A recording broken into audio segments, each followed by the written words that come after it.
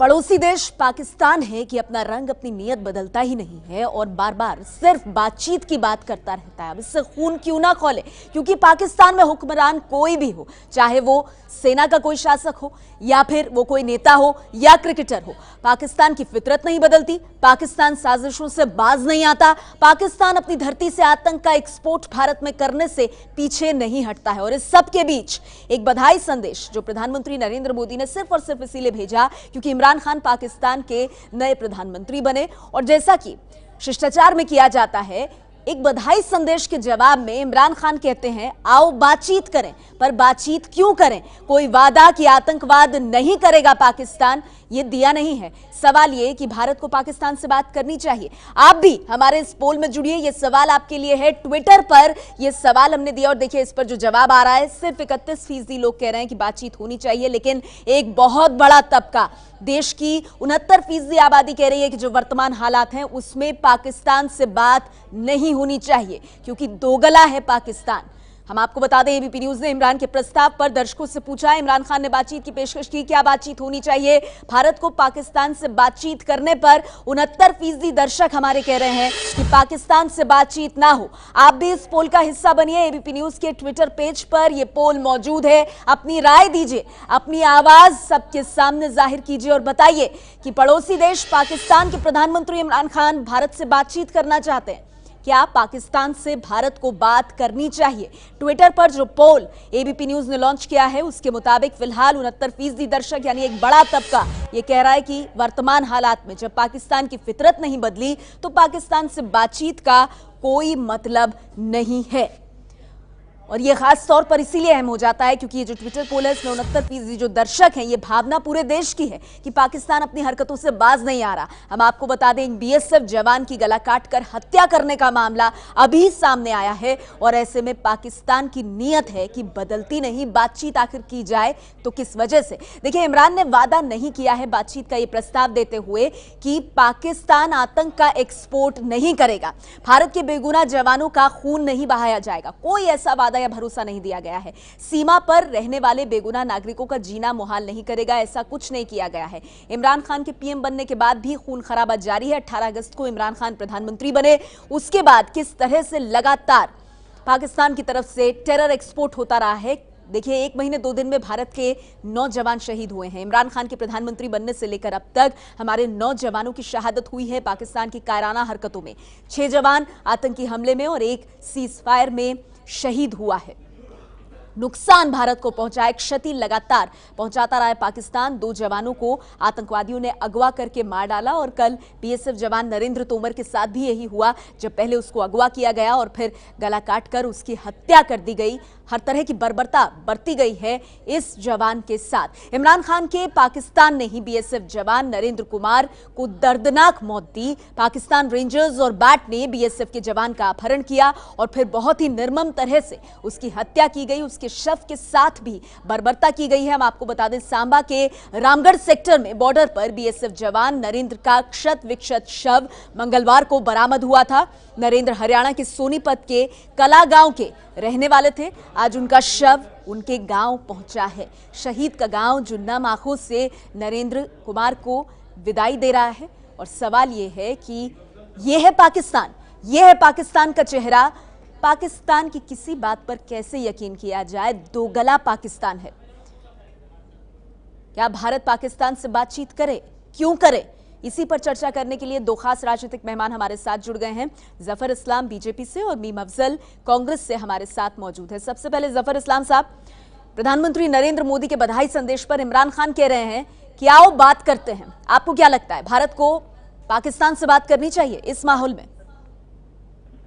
देखिए, भारत का स्टैंड बहुत क्लियर है, आज नहीं शुरू से क्लियर है। भारत एक पीस लविंग कंट्री है और भारत हर वक्त अमन चाहता है, लेकिन अमन के लिए सबसे पहला कदम पाकिस्तान को उठाना है और वो है टेररिज्म को खत्म करने के लिए, टेररिज्म पे अटैक करने के लिए, जो दहशतगर्द लोग रहते हैं वहां पर उनके साथ कार्रवाई करने के लिए। जब तक वो पाकिस्तान नहीं करेगा कैसे बात मुमकिन हो सकती है? वो पॉसिबल ही नहीं है।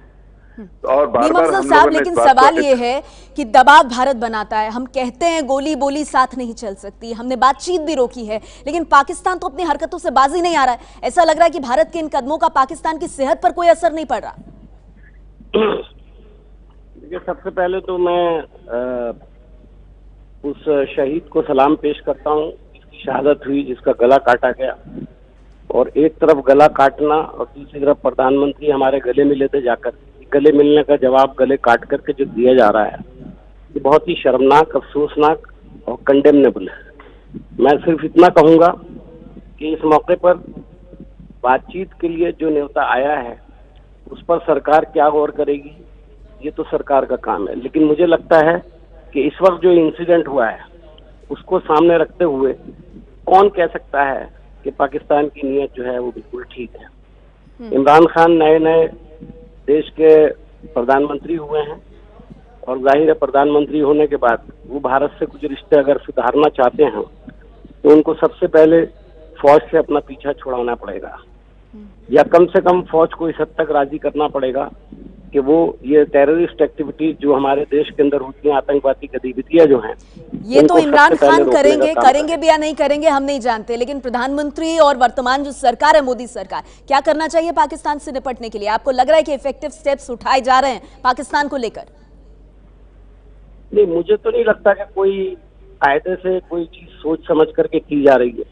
मुझे तो लगता है कि फॉरेन पॉलिसी जो पाकिस्तान को लेकर के और खासतौर पे हमारे जो पड़ोसी मुल्कों को लेकर के है, उसमें बड़ा जबरदस्त सरकार को कंफ्यूजन है। उनकी समझ में खुद नहीं आता है कि वो क्या करें। उनके पास कोई रास्ता दिखाई नहीं देता है उनको। कभी वो कुछ बात करते हैं। अब देखिए, एक तरफ बात की जा रही है कि हम बात नहीं करेंगे, गोली बोली साथ नहीं चलेगी, बिल्कुल सही है, या तो आप उस पर कायम रहें। फिर आपके जो सुरक्षा सलाहकार हैं वो क्यों एक गैर मुल्क में जाकर के मिलते हैं, बातचीत क्यों करते हैं? जफर इस्लाम साहब, कैसे जवाब देंगे आप इसका?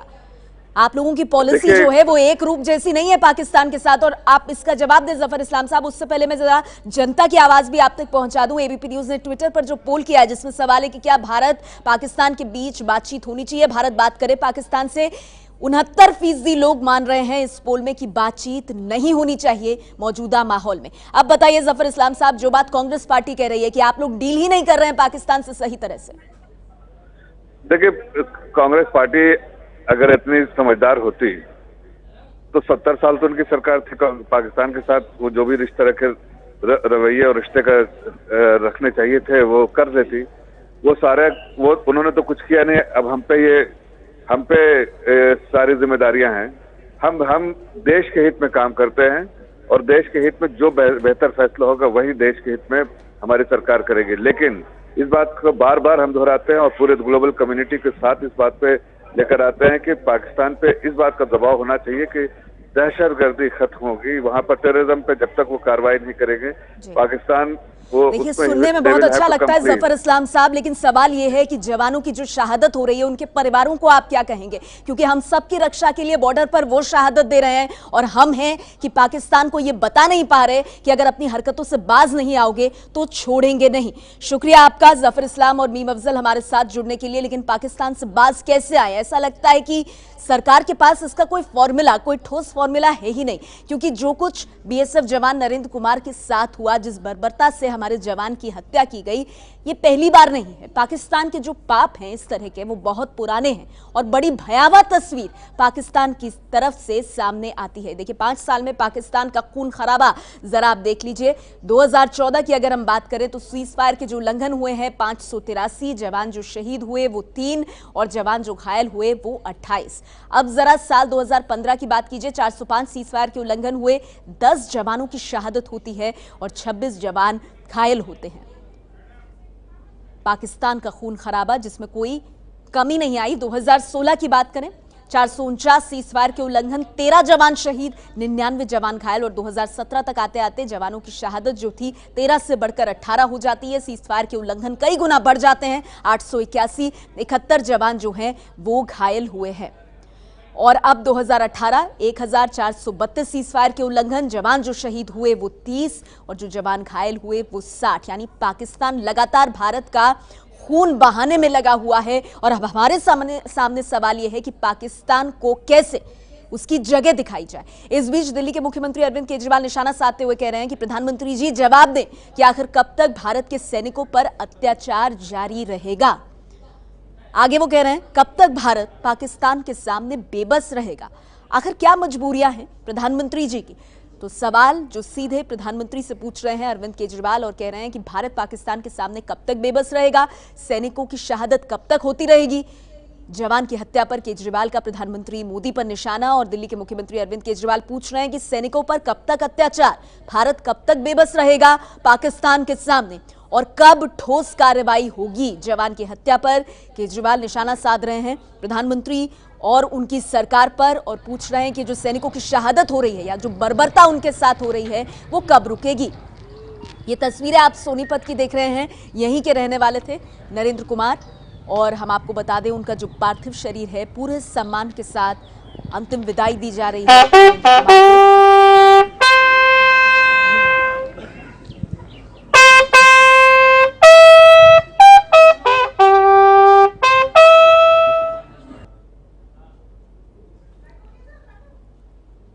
तो ये जवान बीएसएफ के Narendra Kumar line of duty के दौरान हम आपको बता दें शहादत इनको मिली है और उस दौरान जब पाकिस्तान ने अगवा इन्हें किया, बर्बरता की है इनके साथ, गला काटकर हत्या और फिर उसके बाद शव के साथ भी बर्बरता बरती गई है।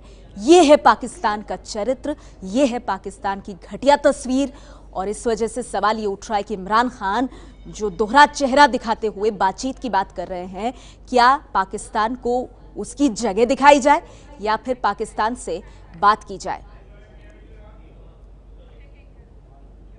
और हम आपको बता दें कि पाकिस्तान से बात की जाएगी या नहीं की जाएगी, इस बारे में जानकारी हम जुटा रहे हैं कि भारत सरकार का इस पर औपचारिक जो उनकी प्रतिक्रिया है वो क्या रहेगी। लेकिन हम आपको बता दें 2 दिन पहले विदेश राज्य मंत्री वीके सिंह और गृह मंत्री राजनाथ सिंह ने यह साफ कर दिया है कि गोली और बोली साथ साथ नहीं चल सकती, पहले माहौल ठीक होगा, बातचीत उसके बाद ही हो सकती है। After all, if a person is propped up by the army still rules. So, I mean, let's wait and watch how things go, whether person remains under army control or doesn't remain under army. I think our policy is very clear. Dialogue will happen, provided the environment is made conducive for that. And we are sticking to it. This proposal has been on for a very long time. There is nothing that has come about. Once something comes about, we will let you. अब पाकिस्तान की एक अपनी प्रकृति है, उस पाकिस्तान की प्रकृति को यानी उनके स्वभाव को, उनके नेचर में हम आमूलचूल परिवर्तन नहीं कर सकते, उनको स्वयं करना पड़ेगा और उन्हें समझना पड़ेगा कि एक पड़ोसी के साथ कैसा व्यवहार किया जाता है। भारत ने तो अपनी तरफ से बराबर पड़ोसी मानकर जितनी अधिकतम पहल हो सकती थी वो की है। हमारे प्रधानमंत्री ने भी प्रोटोकॉल को तोड़कर बेहतर रिश्ते बनाने के लिए पाकिस्तान में जाने का काम किया था। उसके बाद भी अब समझ में नहीं आ रहा है तो क्या कहें। मैं दुआ करता हूं ऊपर वाले से कि चेंज आए पहले से तो ज्यादा अच्छा होगा। तो हम आपको बता दें पाकिस्तान एक ऐसा देश जो बदलने का नाम नहीं लेता। भारत का खून बहाने में लगा हुआ पाकिस्तान को उसकी जगह दिखाई जाए या फिर उससे बात की जाए, क्योंकि 5 साल में पाकिस्तान के खून खराबे का ट्रैक रिकॉर्ड आप देख रहे हैं लगातार। ये है एबीपी न्यूज, आपको रखे आगे।